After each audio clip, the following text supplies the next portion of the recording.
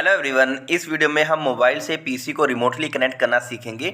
सबसे पहले आपको कंप्यूटर में TS+ सॉफ्टवेयर को डाउनलोड करके इंस्टॉल करना है। पिछली वीडियो में मैंने इसका फुल रिव्यू किया है, लिंक आपको डिस्क्रिप्शन में मिल जाएगा।